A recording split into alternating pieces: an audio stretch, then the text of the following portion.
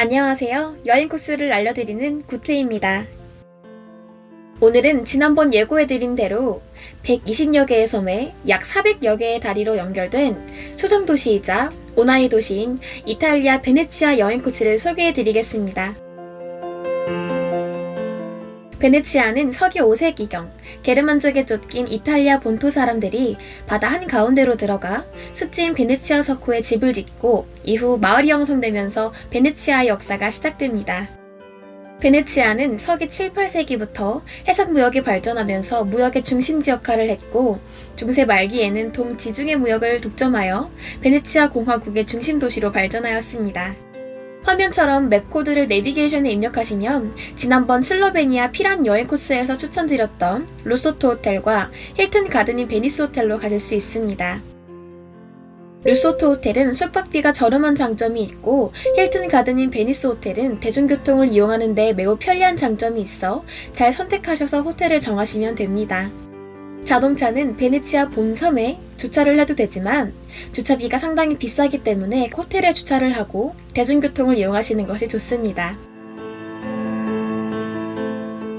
일반 버스와 수상버스를 모두 이용할 수 있는 베네치아 교통패스는 힐튼 가든인 베니스 호텔 리셉션에서 구입하실 수 있고 가격은 24시간권 기준으로 20유로입니다. 베네치아 여행은 유리박물관이 위치한 무라노 섬과 탄식의 다리, 두칼레 궁전, 산마르코 대성당, 산마르코 광장, 그리고 베네치아의 상징인 리알토 다리를 중심으로 돌아볼 예정입니다. 대중교통을 이용하여 베네치아 섬으로 가는 방법은 호텔 앞에 있는 육교 아래 정류장에서 19번 버스를 타고 약 10분간 이동하시면 됩니다. 버스에서 내려 화면과 같이 횡단보도를 지나 코스티투치온의 다리를 건너 건물 아래를 통과하여 직진하면 페로비아 디 선착장이 나옵니다. 페로비아 디 선착장에서 바포레토라고 부르는 4.2번 수상버스를 탑승하시면 베네치아 첫 번째 여행지역인 무라노 섬으로 이동하실 수 있습니다. 일반 버스와 마찬가지로 바포레토도 각각의 번호가 있기 때문에 목적지에 맞는 수상버스 번호에 탑승하시면 됩니다. 바포레토를 탑승하여 약 25분 동안 무라노 섬으로 이동하게 되는데요. 바다 중간에 보이는 공업 요지를 지나 무라노 섬 무제호 선착장에서 내리시면 됩니다. 무제호 선착장에서 내려 화면과 같이 이동하시면 유리박물관에 도착하실 수 있습니다. 유리박물관에 들어가시려면 박물관 입구에서 20유로 입장권을 구입하시면 됩니다. 유리박물관 전시장에는 다양한 유리 제품을 보실 수 있고 유리박물관 주변에서는 3, 4유로 정도 지불하면 유리꽃병 등을 제작하는 과정도 보실 수 있습니다. 베네치아 섬에서 오전 10시쯤 출발하여 유리박물관을 돌아보고 나오면 이때쯤 점심 식사 시간이 될 텐데요. 베네치아 섬보다 덜 복잡한 이곳 무라노 섬에서 식사를 하시면 됩니다. 첫 번째로 추천해드리는 점심 식사 장소는 유리박물관에서 화면 경로대로 약 350m 이동하여 다리를 건넌 후 왼쪽 길을 따라가시면 작은 다리가 나옵니다. 작은 다리를 건너 약 65m 이동하면 왼쪽에 달라모라라는 피자 전문점으로 가실 수 있습니다. 두 번째로 추천해드리는 점심 식사 장소는 달라모라 식당에서 화면 경로대로 100m 정도 내려와 61번 숫자가 보이는 건물에서 좌회전하여 약 90m 직진하시면 왼쪽에 파스타 전문점인 알소피라도르 식당으로 가실 수 있습니다. 점심 식사를 마치고 화면 경로대로 약 100m 직진하여 다음 장소로 이동하기 위해 무라노파로 선착장으로 가겠습니다. 무라노파로 선착장에서 바포레토 4.2번을 탑승하여 산마르코 광장으로 이동할 예정인데요. 산마르코 광장으로 가기 위해 보통 오스페달레 선착장에서 내려 약 1.4km 걸어가는 경우도 있지만 다른 나라에서 찾아보기 어려운 수상버스를 타고 여유있게 돌아보시는 것도 좋습니다. 오스페달레 선착장을 지나 화면 경로대로 이동하여 산마르코 광장으로 갈 수 있는 산마르코 산자카리아 선착장에서 내리시면 됩니다. 선착장에서 왼쪽으로 이동하여 작은 다리 중간에서 오른쪽을 보시면 건물과 건물을 연결한 흰색 대리석의 아치형 다리가 있습니다. 이 다리는 왼쪽으로 있는 두칼레 궁전과 오른쪽에 보이는 피리지오니 누오베라는 감옥을 연결하고 있고 과거 죄수들이 두칼레 궁전에서 재판을 받은 후 이 다리를 건너 감옥에 수감되면서 세상과 단절된다는 씁쓸한 마음에 한숨을 쉬었다 하여 탄식의 다리라는 이름으로 불리게 되었답니다. 탄식의 다리를 보시고 오른쪽으로 이동하면 약 1100년 동안 베네치아를 다스린 120명의 도제가 공식적으로 주거했던 두칼레 궁전으로 가실 수 있습니다. 두칼레 궁전은 베네치아의 권력과 번영을 상징하고 813년 비잔틴 양식으로 지어진 건물을 1309년부터 1424년까지 고딕 양식으로 확장 개축하여 가장 조형미가 뛰어난 건축물이라는 평가를 받고 있습니다. 두칼레 궁전은 현장에서 20유로 입장권을 구입하여 들어가실 수 있고 현재는 미술관과 박물관으로 사용되고 있습니다. 두칼레 궁전 안으로 들어가시면 도제의 방과 접견실, 투표실, 재판소 등을 재현한 모습을 보실 수 있는데요. 특히 재판을 담당했던 10인 평의회의방이 가장 볼 것이 많습니다. 두칼레 궁전에 들어가서 좀 전에 말씀드렸던 탄식의 다리를 건너면 카사노바가 투옥되었던 지하 감옥에 다녀오실 수 있습니다. 두칼레 궁전 앞에는 작은 광장이라는 뜻의 피아체타가 있고 광장에는 베네치아 공화국의 수호 성인이며 성마가를 상징하는 날개 달린 사자상과 성 테오도르상을 보실 수 있습니다. 두칼레 궁전을 돌아보시고 오른쪽으로 이동하시면 성마가의 무덤으로 사용하기 위해 지어졌고 이탈리아를 대표하는 비잔틴 양식의 산마르코 대성당으로 가실 수 있습니다. 산마르코 대성당은 1063년에 건축을 시작하여 1094년 성마가에게 봉헌된 건축물로 그 후에도 몇 세기에 걸쳐 여러 번 재건축을 했습니다. 성당 입구 위에는 4차 십자군 전쟁 당시 콘스탄티노플에서 약탈해온 4마리의 청동말을 보실 수 있고 성당 오른편에는 사도 정치의 상징인 황제들의 동상도 보실 수 있습니다. 산마르코 성당은 유료 입장과 무료 입장으로 나뉘는데요. 성수기 때는 입장객이 많아 한두 시간 기다리는 경우도 있기 때문에 화면 아래 더보기에 있는 홈페이지에서 미리 예약하시는 것을 추천드리고 비수기 때는 대기줄이 거의 없어서 예약하지 않아도 쉽게 입장하실 수 있습니다. 미리 예약한 바우처를 입구에서 보여주고 산마르코 대성당으로 입장하면 한국어 오디오 가이드를 대여하실 수 있는데요. 오디오 가이드는 산마르코 광장과 종탑에 대한 설명도 들으실 수 있습니다. 그리고 산마르코 대성당 안에는 부분별로 추가 입장료를 내야 하는 곳이 있지만 그 중에 조금 전에 말씀드렸던 청동말의 진품이 있는 성당 박물관은 꼭 보고 나오시기 바랍니다. 산마르코 대성당 앞에는 베네치아에서 가장 넓고 정치적, 종교적 중심지 역할을 했던 산마르코 광장이 있습니다. 산마르코 광장에는 98.6m의 높이로 성당과 연결되지 않고 독립적으로 세워져 있는 산마르코 종탑을 보실 수 있습니다. 산마르코 종탑 양쪽에는 유명한 카페 2곳이 있는데요. 그중 카사노바가 감옥에서 탈옥하여 커피를 한 잔 마시고 도망갔다는 일화가 있는 플로리안 카페와 또 하나 유명한 곳인 그랑카페 콰드리가 있습니다.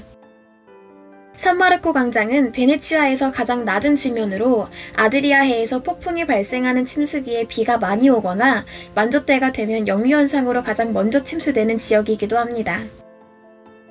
약 8조 원의 예산을 투입하여 2020년도에 모세 프로젝트가 완공되면서 베네치아가 침수되는 일은 많이 줄었지만 아직 시행 초기라 예측이 빗나갈 때면 여전히 침수되는 일이 종종 발생하고 있습니다. 모세 프로젝트는 베네치아의 침몰 가능성에 대비하여 베네치아와 아드리아해 사이에 있는 석고에 플랫 게이트라고 불리는 대형 금속재 방벽을 설치하여 바닷물의 범람을 막는 프로젝트입니다.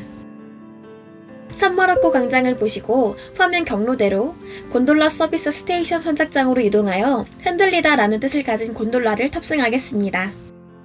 곤돌라는 과거 10세기부터 운하가 도로의 역할을 했던 베네치아에서 가장 중요한 교통수단으로 사용되었고 사람뿐 아니라 각종 야채와 식료품도 운송하는 수단이었습니다. 곤돌라는 배의 앞과 뒷부분이 휘어져 올라가 있는 고대의 배 모양을 본떠 만들었는데요. 배를 운전하는 사람은 역사와 문화, 영어 구사 능력 등의 자격시험을 통과해야만 합니다. 곤돌라는 보통 5명이나 6명이 탑승할 수 있고 30분간 대운하와 골목을 돌아보는 데 드는 비용은 배 한 척당 100유로입니다. 혹시 적은 인원으로 여행하시는 분은 화면 아래 더보기에 나와 있는 인터넷 주소에서 미리 예약하시면 1인당 30에서 32유로로 곤돌라를 탑승할 수 있습니다. 예약한 곤돌라를 탑승할 수 있는 곳은 산마르코 산자카리아 선착장 근처에 있는 곤돌레 스타지오 다니엘리 선착장입니다. 곤돌라 탑승을 마치고 산마르코 산자카리아 선착장에서 바포레토 1번을 탑승하여 다음 장소로 이동하겠습니다. 바포레토를 탑승하여 조금만 가시면 왼쪽으로 보이는 산타마리아 델라 살루테 성당과 대우나의 두 번째로 세워지고 나무와 금속으로 장식된 고풍스러운 폰테 델리 아카데미아도 보실 수 있습니다. 산 실베스트로 선착장에 도착하여 오른쪽으로 이동할 예정인데요. 직접 갈 수 있는 길이 없어 선착장 정면에 보이는 골목으로 들어가서 이 글자가 있는 문을 통과하여 우회전하시고 막다른 골목에서 다시 우회전하시면 선착장 옆길이 나옵니다. 여기에서 약 200m 앞으로 길을 따라가시면 리알토 다리에 도착하게 됩니다. 리알토 다리는 대우나에 세워진 4개의 다리 중 가장 먼저 건설했고 대우나를 오가는 함선과 큰 배들이 지나다닐 수 있도록 아치형으로 세워졌습니다. 리알토 다리 위에는 다리 난간의 호리병 모양과 아키에트의 화려한 장식, 주변 건물들, 대운하를 오가는 곤돌라들이 조화를 이루는 풍경을 보실 수 있고 특히 해질녘 리알토 다리에서 바라본 경치는 베네치아에서 가장 훌륭한 곳이라 할 수 있습니다. 늦은 시간까지 베네치아를 여행하신다면 리알토 다리 근처에서 식사를 하는 것이 좋은데요. 추천해드리는 저녁 식사 장소는 리알토 다리 근처에 있는 지중해 음식과 스파게티 전문점인 트라토리에 알라 마돈나 식당입니다. 식당으로 가는 방법은 리알토 다리에서 화면 경로대로 이동하시면 오른쪽에 마르코니 호텔이 보입니다. 여기에서 우회전하여 약 60m 직진하면 트라토리아 알라 마돈나라는 노란색 간판이 보이고 이곳에서 왼쪽으로 들어가시면 됩니다. 베네치아는 물가가 비싼 편이라 베네치아를 벗어나 다른 저녁 식사 장소를 원하시는 분은 여러가지 피자 맛을 볼 수 있어 제가 자주 이용하는 프리마 볼타를 추천드리겠습니다. 프리마 볼타로 가는 방법은 리알토 다리를 건너 리알토 선착장으로 가시면 됩니다. 리알토 선착장에서 바포레토 2번을 탑승하여 약 20분간 이동하시고 내리는 곳은 페로비아 선착장입니다. 페로비아 선착장에서 코스티투치온의 다리를 건너면 버스 정류장에 도착합니다. 이 버스 정류장은 처음에 무라노 섬으로 가기 위해 내렸던 곳인데요. 여기에서 24H번 버스를 타고 8번째 정류장인 비소올라 에시오도에서 내리시면 됩니다. 비소올라 에시오도 정류장에서 가장 먼저 오는 버스를 탑승하여 두 번째 정류장인 이스티투토 베르나에서 내려 버스 진행 방향으로 50m 정도 가시면 오른쪽에 프리마 볼타라는 피자 전문점이 있습니다. 프리마 볼타는 매장이 깔끔하고 여러가지 피자를 선택하여 드실 수 있습니다. 이곳에서 식사를 마치고 조금 전에 내렸던 정류장으로 가서 길을 건너면 채소와 과일을 판매하는 곳이 있는데 여기에서 과일을 조금 구입하여 호텔에서 간식으로 드셔도 좋습니다. 힐튼 가든인 베니스 호텔로 이동하는 방법은 과일 가게 건너편에 위치한 이스티투토 베르나 정류장에서 9번 버스를 탑승하여 오를란다 아피아 정류장에 내리면 바로 호텔로 가실 수 있습니다. 루소트 호텔에 숙박하시는 분은 마찬가지로 과일 가게 건너편에서 번호 관계없이 먼저 오는 버스를 탑승하여 두 번째 정류장인 비소올라 콜롬보에서 내리시고 큰 길을 건너 T1 트램으로 환승한 후 산마르코 포르테 마르게라 정류장에서 내려 화면과 같이 이동하시면 됩니다. 이것으로 베네치아 여행 코스는 모두 마치게 되는데요. 지금까지 베네치아를 여행하면서 경비가 얼마나 들었는지 계산해 보겠습니다. 계산된 경비는 화면을 참고해주세요. 제가 올려드리는 해외 여행 코스에 대한 소식을 빠르게 받아보시려면 구독과 좋아요, 알림 설정 부탁드리고요. 다음 시간에는 로미오와 줄리엣의 고향인 베로나와 이탈리아 최고 패션의 도시인 밀라노 여행 코스를 소개해드리겠습니다. 많은 관심 부탁드립니다. 감사합니다.